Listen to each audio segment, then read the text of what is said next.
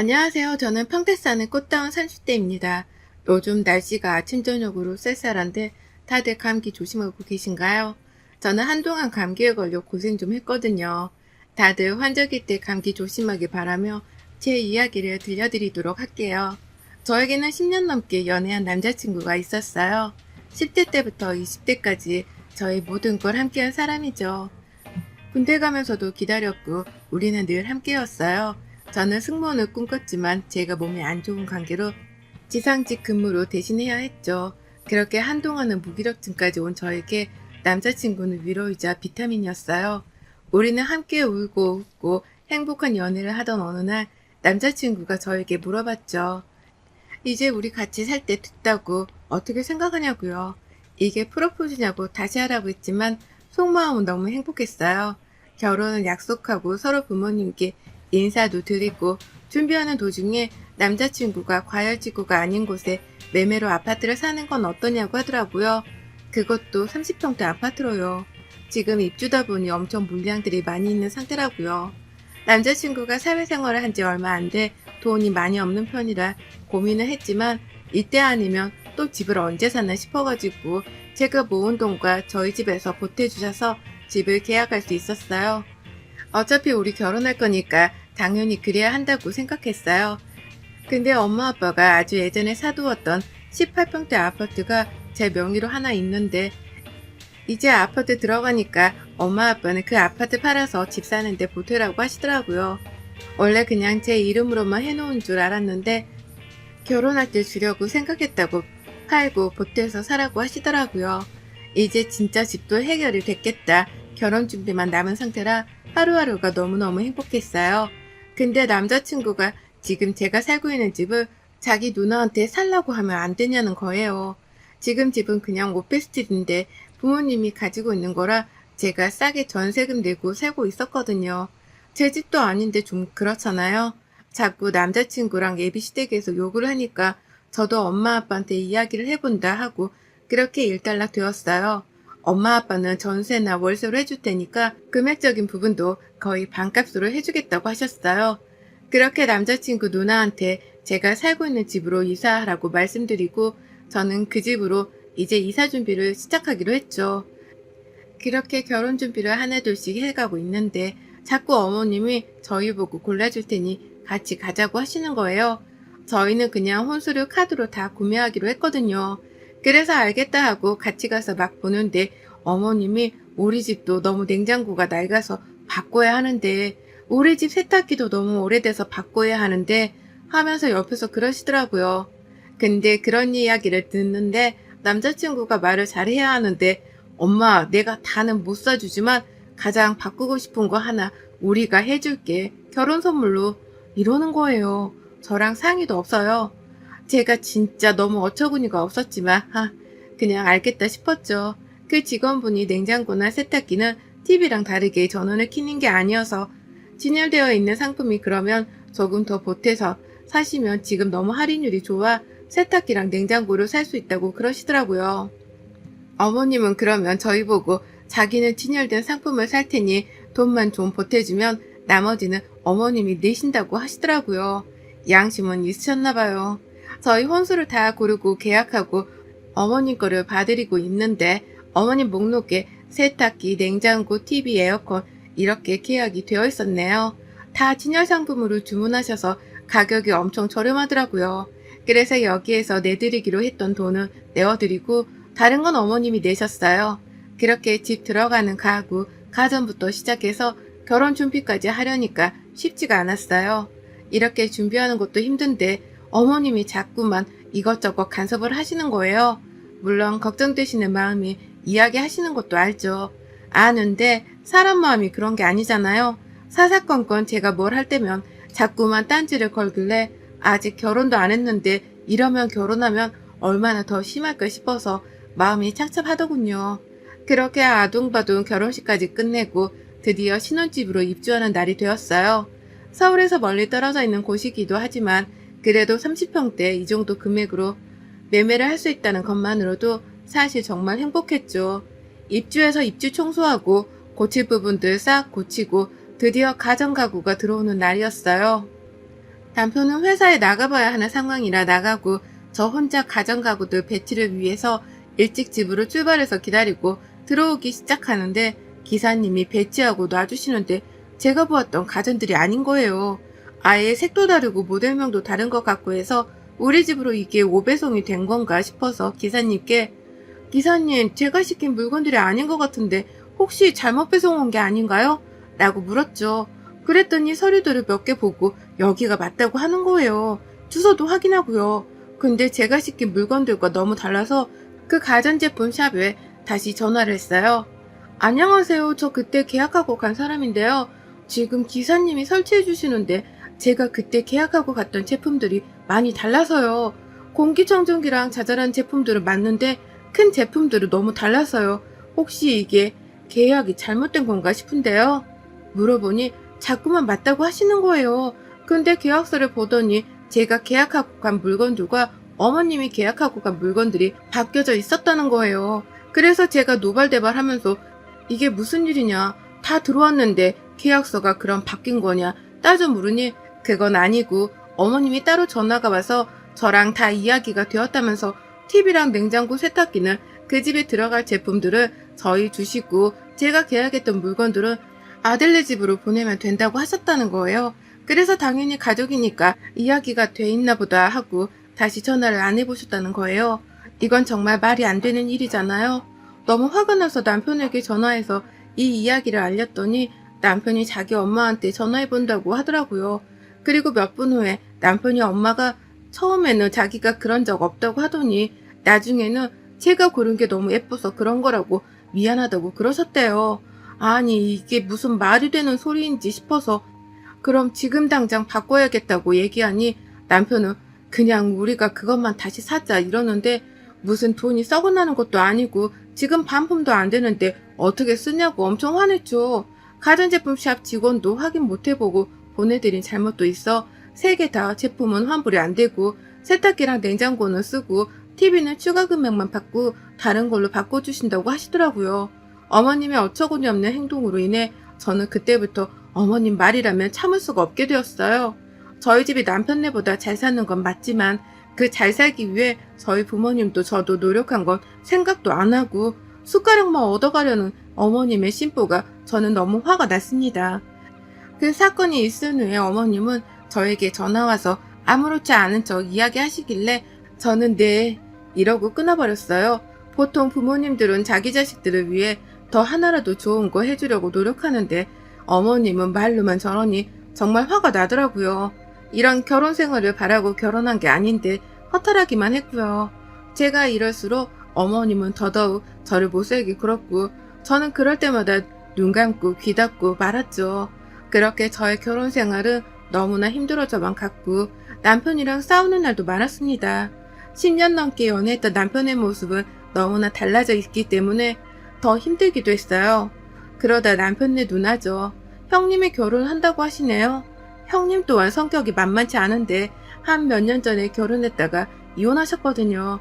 근데 혼인신고를 안 해가지고 이혼도 아니라고 늘 하시지만 몇 년 산 거면 그건 이혼 아닌가요? 어머님이 저에게 누나 결혼하니까 이번에 좋은 선물 하나 해주라고 그러는데 참 자기가 해주면 됐고 왜 우리한테 떠넘기지? 그냥 또 저러나 보다 하고 말려는데 집에 애비 사위가 오기로 했다고 저보고 음식을 준비하래요. 그래서 제가 어머님께 어머님 저 바빠서 음식 준비 못해요. 그냥 다 사갈게요. 요새는 사 먹는 음식이 더 싸고 사도 잘 몰라요. 라고 했더니 네가 이제 시어머니를 우습게 아냐면서 또 화를 버럭 내셨어요. 듣는 둥 마는 둥 하다가 알겠다고 했죠. 그리고 제가 한 음식처럼 모두 다 사서 반찬통에 담아서 시댁으로 갔습니다. 시댁에 가서 상을 차리며 저는 형님한테 언니라고 그냥 불러서 언니라고 칭할게요. 언니 애비 남편이 인사를 받더라고요. 고기랑 과일이랑 해서요. 그랬더니 우리 시어머니 뭘 이런 걸 사왔냐면서 자기네 집에 올 때는 아무것도 들고 오지 말라고요. 속으로 욕 많이 했어요. 참 저런 가식 이러면서요. 앉아서 식사를 하는데 결혼식장부터 이런저런 얘기를 하더라고요. 그렇게 식사 자리가 끝나고 뒷정리를 하고 집에 가는데 남편이 저에게 언니네 애비 남편이 언니가 결혼한 걸 모른다네요. 그래서 내가 아니 그거 사기 결혼 아니냐고. 그랬더니 남편은 누나가 혼인신고도 안 했지 않냐. 이혼은 아니라고. 그냥 말 안 한 거지. 제가 그래도 그 부모님이 아시면 얼마나 그렇겠냐고. 어느 정도 이야기를 해야지 아예 숨기고 결혼하는 게 말이 되냐고 막 그랬죠. 엄마가 괜히 그런 거 말해서 흠잡히면 그렇지 않냐면서 다들 숨기자고 했대요. 뭐 나중에 들키면 알아서 해라 이러고 말았어요. 그러고 돌아오는 명절에 저희 분노가 폭발한 사건이 있었죠. 남편네 아버님, 저희 시아버님은 저희 결혼하기 1년쯤에 지병으로 돌아가셔서 명절에는 꼭 아버님 제사와 산소에 갔다 오곤 해요. 저는 결혼하고 맞는 첫 명절이라 어머님이 말씀은 안 하셔도 제가 준비를 하려고 했어요. 예전에 제가 남편이랑 10년 연애하면서 부모님이랑 대판 싸우고 집을 나와 아무 데도 갈 데가 없었던 날이 있었거든요. 그때는 뭔가 남편한테도 전화하기가 그래서 혼자 덩그러니 역 앞에 앉아 있었는데 그때 아버님께서 그때는 남자친구의 아버님이었죠. 저를 몇 번 보신 적이 있었는데 제가 혼자 앉아 있으니 가출했다고 생각하셨나 봐요.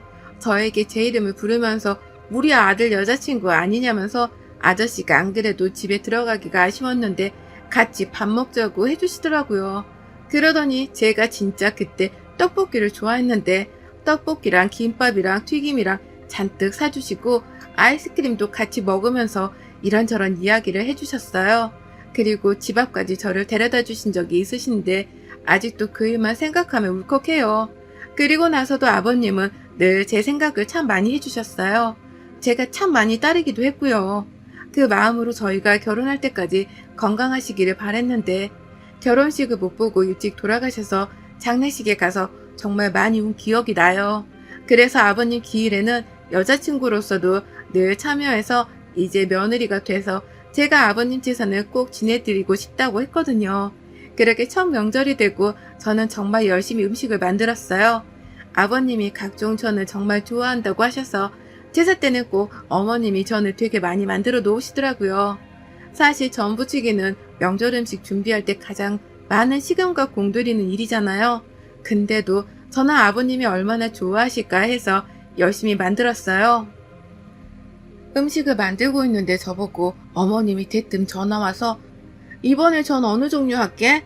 그러시더라고요. 그래서 저희 먹을 것도 있고 해서 한 5가지 정도 할까 한다 했더니 이번 명절에 언니네 ABC댁에 가져갈 전도 만들라고 하시는 거예요. 아니 아직 결혼도 안 했는데 왜 그걸 가져가야 하냐고 물으니 거기도 제사를 지내는데 언니가 자기가 전을 해가겠다고 그랬나 봐요. 예쁨 받으려고요. 근데 그게 끝이 아니라 거기 ABC댁에서 그럼 이것저것 해오라고 해서 그거를 해가야 하는데 그럼 여기에서 3가지는 더 추가로 해야 한다고 더 많이는 만들 테니 그냥 여기 안에서 해서 보내겠다고 라고 했죠. 그랬더니 그거 만드는 게 뭐가 어렵냐면서 저보고 만들라고 하는데 그러면 몇 시간 동안 남편이랑 저만 전을 부쳐야 한다. 다른 것도 하지 못한다. 아버님 제사도 제가 맡아서 한다고 해서 하는데 지금 남의 집 제사 음식까지 제가 해야 하냐 그랬죠. 또 노발대발 하셔서 이번에 좋은 사람 만나 너희 누나랑 시누이가 결혼한다는데 너는 왜 이렇게 이기적이냐면서 그러는데 제사 올리는데 시어머니랑 또 다투고 싶지 않아 그냥 알겠다고 하고 끊었어요. 그때도 남편이 회사 일이 바빠 명절 전날 출근하느라 혼자서 하고 있는데 엄마는 제가 제사 준비하는 거 아니까 도와주러 오셨더라고요. 그렇게 하루 종일 전 부치고 음식 만들고 명절 당일이 돼서 시댁으로 거의 새벽부터 갔어요. 언니는 자기 빨리 가야 한다고 오라 그래가지고 가서 언니가 가져갈 거부터 싸서 보내려고 하는데 시어머니가 열어보더니 아니 내가 지금 고추전 해오라고 했지 왜 다른 걸 해서 얘를 보내냐 욕먹이게 이러시는 거예요. 그래서 고추전까지 하려고 했는데 시간이 너무 없었다. 저희 엄마도 와서 도와주셨는데 그냥 이번에는 이렇게 가라고 잘 말씀드렸어요. 그랬더니 시어머니가 갑자기 제가 만들어 온 전을 싱크대에 버리시는 거예요. 그러면서 언니한테 엄마가 돈 줄 테니까 그냥 사서 가라고 지금 전집에 전화해 두겠다고요. 아니 이게 무슨 말인지 방구인지 모르겠는 거예요. 그 순간 화를 주체하지 못하고 소리를 질렀어요. 아니 이게 지금 뭐 하는 짓이세요? 남편이랑 시어머니랑 언니가 놀라 저를 쳐다보는데 아버님께 너무 죄송하지만 제사 준비해온 제 음식들을 다 싱크대 안으로 쑤셔 박았어요. 그리고 어머님이 싱크대에 버렸던 전들을 다시 주워 담아서 라겐나통에 넣어서 언니한테 줬어요. 가져가라고. 왜 제가 남의 집 제사 음식까지 해야 하는지 모르겠는데 저희 엄마가 언니네 주라고 같이 만든 음식인데 이렇게까지 해야 되겠냐고. 가져가서 드리라고. 안 드리면 언니네 ABC댁에 전화해서 언니가 이혼한 거 숨김없이 다 불어버릴 줄 알라고요. 그랬더니 시어머니가 네가 미쳤냐면서 삿대질 하는데 더 이상 이 집 며느리 못하겠다고 했네요. 이 집 며느리로 살다가는 제명에 못 살 것 같다고요. 어머님이 이런 식으로 나오시면 저 가만히 못 있어요. 어머님이 가장 바라는 언니 결혼 제가 제 손으로 파토낼 거예요. 언니 몇 년 동안 사실혼 관계 이혼당했다. 근데 혼인신고 안 해서 이혼이라고 생각하지 않아서 이야기를 안 하셨다는데 어떻게 생각하냐. 그 집 되게 보수적인 집으로 알고 있는데 이 사실을 알면 언니를 과연 받아줄지 의문이다. 그러니 저 건들지 말라.